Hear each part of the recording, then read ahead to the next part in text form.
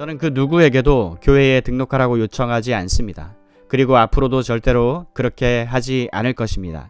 저는 한 번도 그렇게 한 적이 없습니다. 제가 볼 때 가장 통탄할 만한 잘못된 일은 사람들에게 교회에 등록하라고 간청하고 애원하는 것입니다. 여러분에게는 다른 사람들을 돕고 그들을 가르칠 능력이 있습니까? 만일 그렇지 못하다면 그 이유는 아마도 여러분이 단지 주일날 예배를 단 한 번만 드리거나 그마저도 제대로 드리지 않기 때문일 것입니다.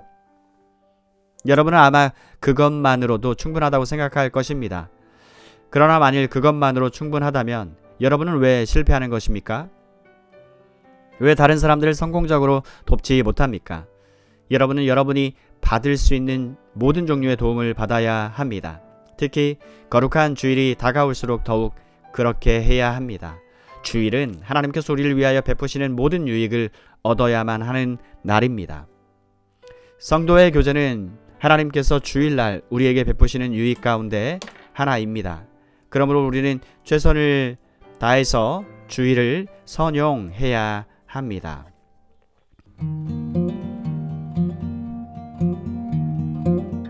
교회, 지역교회.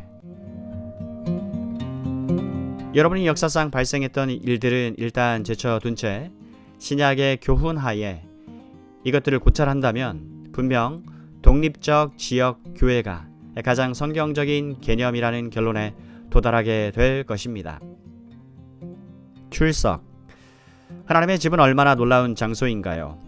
여러분은 단지 그 집에 들어오는 것만으로도 안식을 얻게 될 것입니다. 저는 얼마나 자주 하나님의 집으로 인하여 하나님께 감사하는지 모릅니다. 저는 하나님께서 자신의 백성들이 함께 모여 예배하게 하심을 감사드립니다. 하나님의 집은 영혼의 홍역과 실족으로부터 수천 번이나 더 저를 구원했습니다. 단지 제가 그 집의 문을 열고 들어감으로써 말입니다. 우리는 하나님을 만나기 위해 함께 모이고 그를 경배하며 그 앞에서 그의 말씀을 듣는 일에 대해 얼마나 많이 생각하고 있습니까?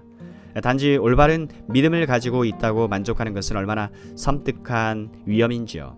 강력한 것, 권세, 우리의 예배를 영과 진리의 예배로 만드는 생명이 사라지고 말았습니다. 저는 주일 저녁에 집에 앉아 우리는 오늘 밤 예배에 참석할 필요가 없어. 우리는 복음 전도적인 메시지에 대해 잘 알고 있어 라고 말하는 그리스도인들을 결코 이해할 수 없습니다. 참고로 로이 존스는 주일 저녁에는 복음 전도 설교를 하였고 주일 오전에는 신자 양육 설교를 하였던 것입니다. 여러분은 그리스도의 보혈의 모든 것을 다 알고 있습니까?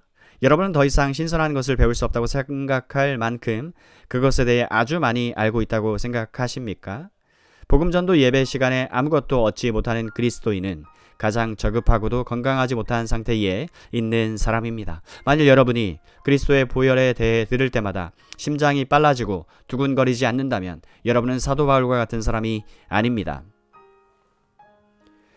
주일 아침 9시에 시작하는 예배 한 번으로 충분하다고 하면서 집에 가서 텔레비전을 보거나 해변으로 달려가거나 푸른 잔디 위에서 골프를 치는 기쁨을 추구하기 위해 다른 모든 예배를 제쳐두는 것은 신약 성경 전체를 완전히 부인하는 것과 다름없는 어리석은 행동입니다.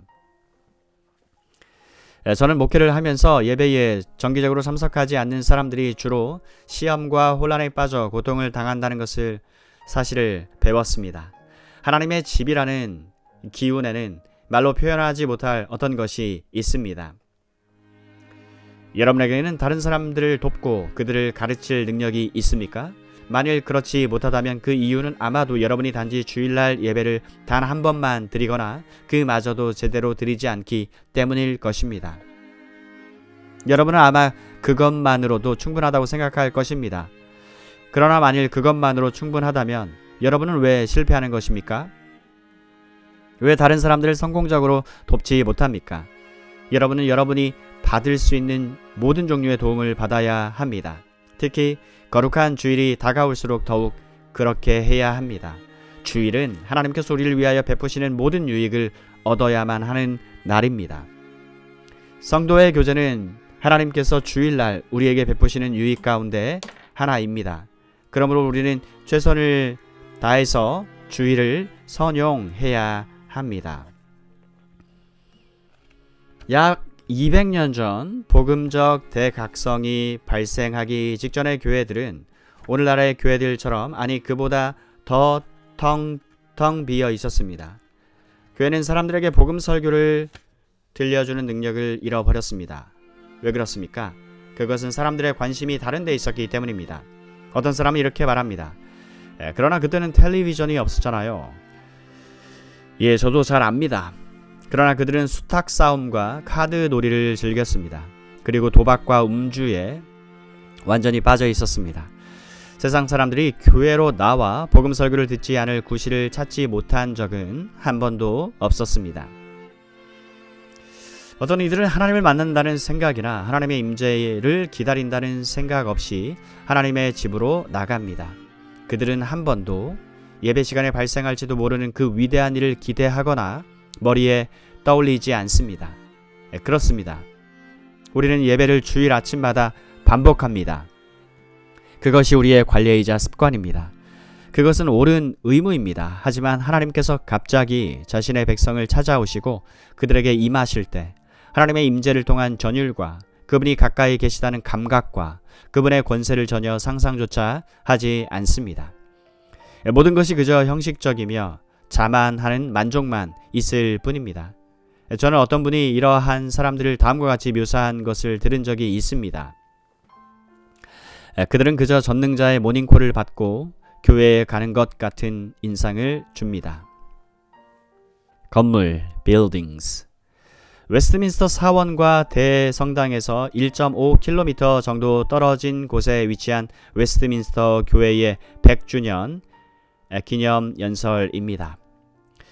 비국교회 대성당이라는 말은 그 용어 자체로 모순적이고도 혐오스러운 것입니다.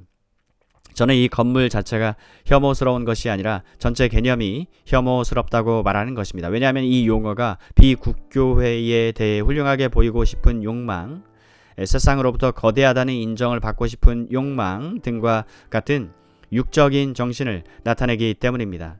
이 건물의 디자인이 바로 웨스트민스터 사원과 필적할 만한 비국교회 대성당을 만들려는 시도와 같은 열등의식에서 나왔습니다.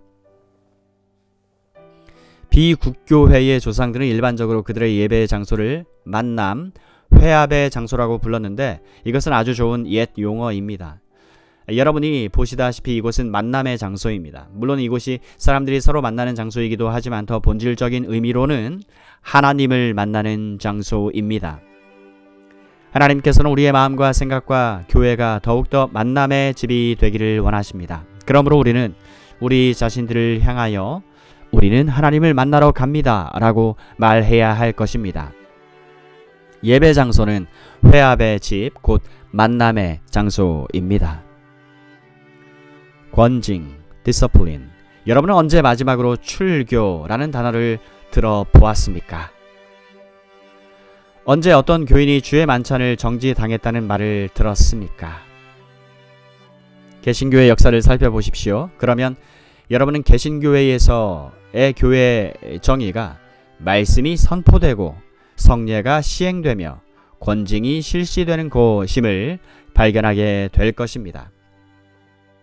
교회의 참된 3대 표지가 무엇입니까? 저는 얼마나 많은 사람들이 권징의 실시를 언급했을지 궁금합니다. 이 교리가 통탄할 정도로 홀대받고 있다는 것은 의심의 여지가 없는 사실입니다. 실제로 만일 오늘날 교회가 왜 이렇게 무기력하게 되었는지 그 이유를 설명하라고 한다면 왜 오늘날 교회 교세 통계가 점점 감소되고 있으며 사람들에게 임하는 능력과 영향력이 결핍되고 있는지 그 이유를 설명하라고 한다면 왜 수많은 교회들이 카드 놀이나 사교 댄스 같은 것들에 의지하지 않고서는 교회의 존재 목적을 유지할 수 없게 되었는지를 설명하라고 한다면 저는 그 궁극적인 이유가 바로 교회가 권징을 시행하는 일에 실패했기 때문이라고 답할 것입니다. 여러분은 사도 바울이 이런 자를 사단에게 내주었으니 이는 육신은 멸하고 영은 주 예수의 날에 구원받게 하려 함이라 고 말씀한 것을 들어보았을 것입니다. 고린도전서 5장 5절. 저는 이 말씀이 정확히 무엇을 의미하는지 잘 모릅니다. 그러나 아마도 다음과 같은 의미로 사용되었을 것입니다. 이런 자를 교회의 회원이 아닌 자로 간주할 뿐만 아니라 그를 위해 기도하는 일도 멈추어야 한다는 것입니다. 이런 자를 사단에게 내주면 사단이 그의 육신을 괴롭힐 것입니다. 그러나 그렇게 해서라도 그가 비참하고도 가련한 자신의 상태를 깨닫고 결국 그 영혼이 구원을 받아야 한다는 것입니다. 통치, government. 사도 바울이 교회의 계급 체계를 세밀하게 제시하지 않았다는 것을 주의 깊게 살펴야 합니다. 실제로 성경 어디에서 그러한 계급 체계를 발견할 수 있는지 의문입니다. 성장, growth. 이 세상에 교회의 교인 명부에 적힌 사람들의 숫자가 증가하는 것과 주님의 거룩한 성전이 성장하는 것 사이에는 엄청난 차이가 있습니다. 현재 우리는 통계를 좋아하는 시대에 살고 있습니다. 아마도 여러분은 거의 모든 사람들이 교회에 신자로 등록되어 있는 나라들과 지역들에 대한 보고서도 읽어보았을 것입니다. 회원, 멤버십. 제가 자란 교회에서 입교식을 치를 때 제가 받은 질문은 단 한 가지였습니다. 바로 우리 주님의 제자들이 다락방에서 시험의 장소로 이동할 때 가로질러 가야만 했던 시냇가의 이름이 무엇인지를 답하라는 질문이었습니다. 저는 그 질문에 대한 답을 기억할 수 없었고 결국 질문에 올바로 답하지 못했습니다. 그럼에도 불구하고 저는 그 교회의 회원이 되었습니다. 그것이 14살이었던 제가 겪은 일입니다. 저는 그 누구에게도 교회에 등록하라고 요청하지 않습니다. 그리고 앞으로도 절대로 그렇게 하지 않을 것입니다. 저는 한 번도 그렇게 한 적이 없습니다. 제가 볼 때 가장 통탄할 만한 잘못된 일은 사람들에게 교회에 등록하라고 간청하고 애원하는 것입니다. 몸에서 독립된 기관은 하나도 없습니다. 각각의 부분은 다른 부분들과의 관계를 통하여 그 의미와 본질을 획득합니다. 바로 그것이 몸에 관한 진리입니다.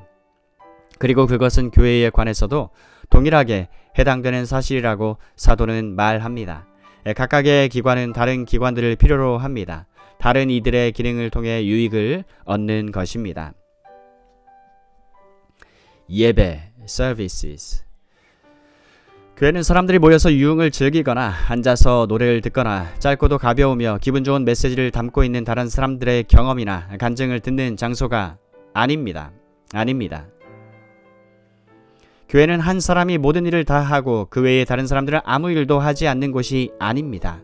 교회는 오직 한 사람만 말하고 다른 모든 사람들은 그저 앉아서 듣기만 하는 곳이 아닙니다. 오해하지 마십시오. 저는 오늘날의 교회가 그 위엄과 품위를 상실했다는 느낌을 지울 수가 없습니다. 예배는 아름답고 완전하지만 성령의 역사는 도대체 어디에 있습니까? 죽은 교회라는 말은 그 용어 자체가 모순입니다. 교회는 이 세상에서 가장 스릴 넘치고 흥분되는 곳이어야 합니다. 만일 그렇지 않다면 우리가 성령을 소멸하고 있지는 않은지 살펴보아야 합니다.